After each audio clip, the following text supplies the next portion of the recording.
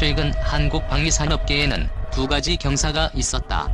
하나는 폴란드의 K2 전차, K9 자주포, FA-50 경공격기 등 한국산 무기 3종을 수출하기로 한 것이다. 1차 계약액만도 10조 원대에 달해 한국 방산 수출 사상 최대 규모다.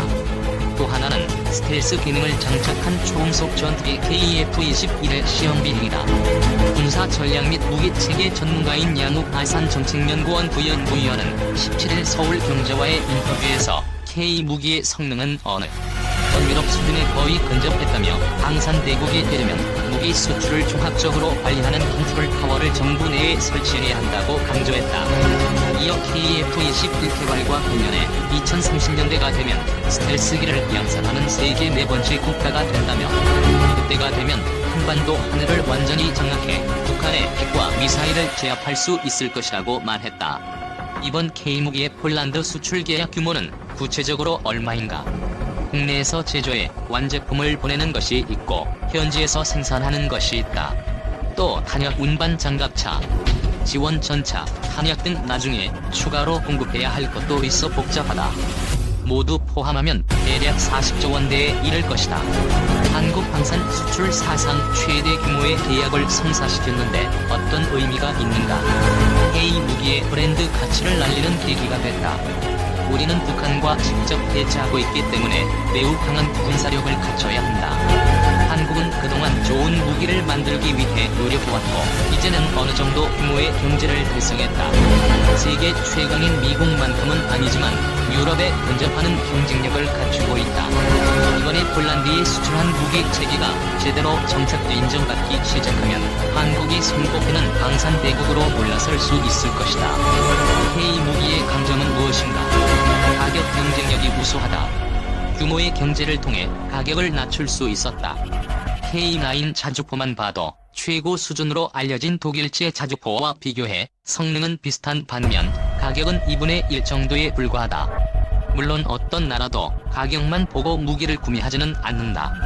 무기는 한 나라의 안보를 지키는 핵심이기 때문에 가격을 넘어 일정 수준의 성능을 갖췄는지, 원하는 시기에 공급할 수 있는지 등 여러 면에서 믿음을 줄 수 있어야 한다. K무기는 그런 면에서 무기 구매국들이 선택할 수 있는 대안이 됐다. 폴란드는 북대서양조약기구 회원국이므로 미국이나 영국, 프랑스, 독일 등 나토 회원국으로부터 무기를 사들이면 될 텐데 굳이 한국을 선택한 이유가 궁금하다. 러시아의 우크라이나 침공 이후 폴란드는 자국이 가진 무기의 상당량을 우크라이나에 넘겼다. 부족한 부분을 서둘러 채워야 하는데 미국은 이미 우크라이나에 지원을 많이 해 여력이 없다. 유럽의 다른 나토 회원국들은 그동안 방산에 지속적으로 투자하지 않아 성능 좋은 무기를 빠른 시간 내에 충분히 공급할 능력을 갖추지 못했다. 가격만 생각한다면 중국 무기를 고려할 수도 있지만 품질에 문제가 생길 수 있고 규격 등 모든 것이 서방과 달라 도입하기에는 무리다. 한국은 어느덧 브랜드 가치를 인정받기 시작한 데다 북한과 대치하는 과정에서 오래 운용해 쌓인 데이터를 보유하고 있다. 세계 방산 시장 규모는 얼마나 되나? 방산은 항공우주산업과 밀접한 관계에 있어 통계가 한데 묶여 나오는 경우가 많다. 세계 항공우주 및 방산 시장 규모는 2020년 1조 230억 달러다. 항공우주를 제외한 방산 시장 규모는 지난해 4,526억 달러 정도로 추정된다. 올해는 6.8% 성장한 4,834억 달러로 예상된다. K무기 수출 추이는 어떤가? 2017년 31억 2천만 달러, 2018년 27억 7천만 달러, 2019년 30억 8천만 달러, 2020년 30억 달러, 2021년 72억 5천만 달러다. 이번 폴란드 수출 규모가 최대 40조 원대니까 지난해 전체 수출의 4배가 넘는 셈이다.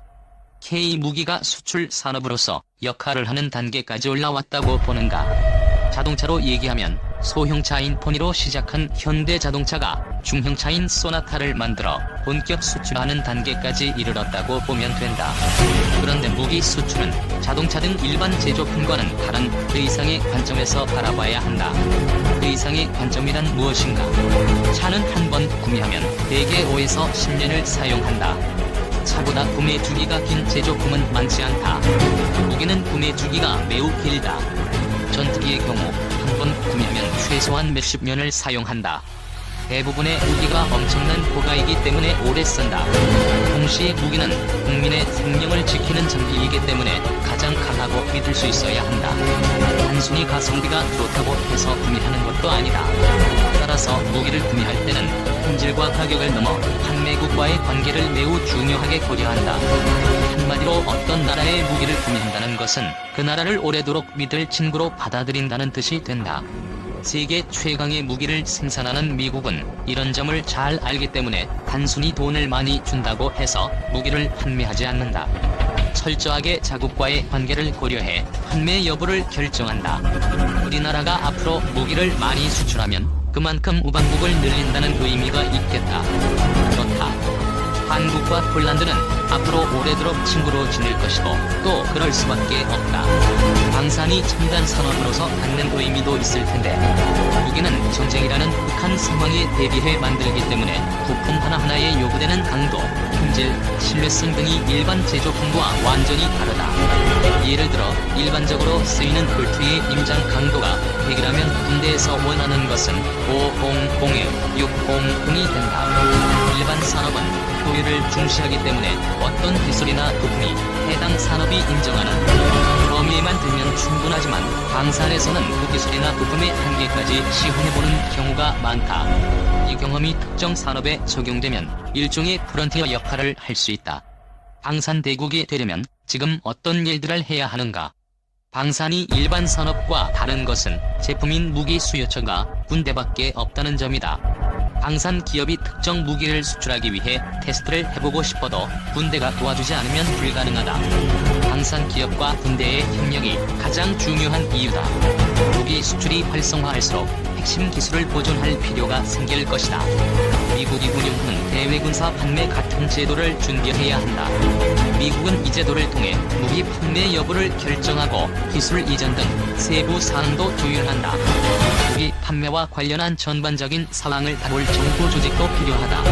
방위사업청이 그런 역할을 하지 않나. 국방부의 외청인 방위사업청으로는 한계가 있다. 무기를 수출하는 관점에서 보면 산업통상자원부의 역할이 필요하다.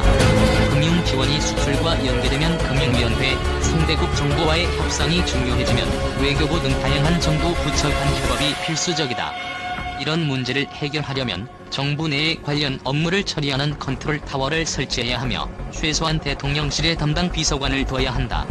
지난달 한국형 전투기 KF-21 보라매가 첫 시험 비행에 성공하자 방위사업청은 세계에서 8번째로 초음속 전투기를 개발했다고 의미를 부여했는데 초음속도 중요하지만 스텔스기라는 점에 더 큰 의미가 있다.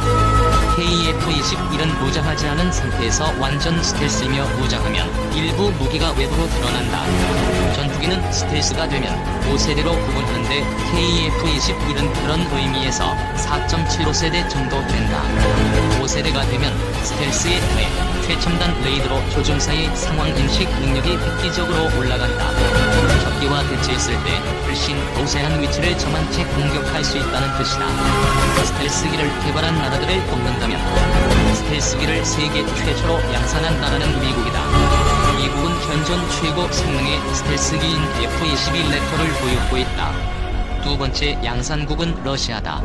러시아의 스텔스기는 Su-57인데 현재 이 전투기가 스텔스 기능을 제대로 발휘하는지는 알려져 있지 않다. 세 번째는 J-20을 양산하는 중국이다. 일본도 개발했지만 양산 단계는 아니다.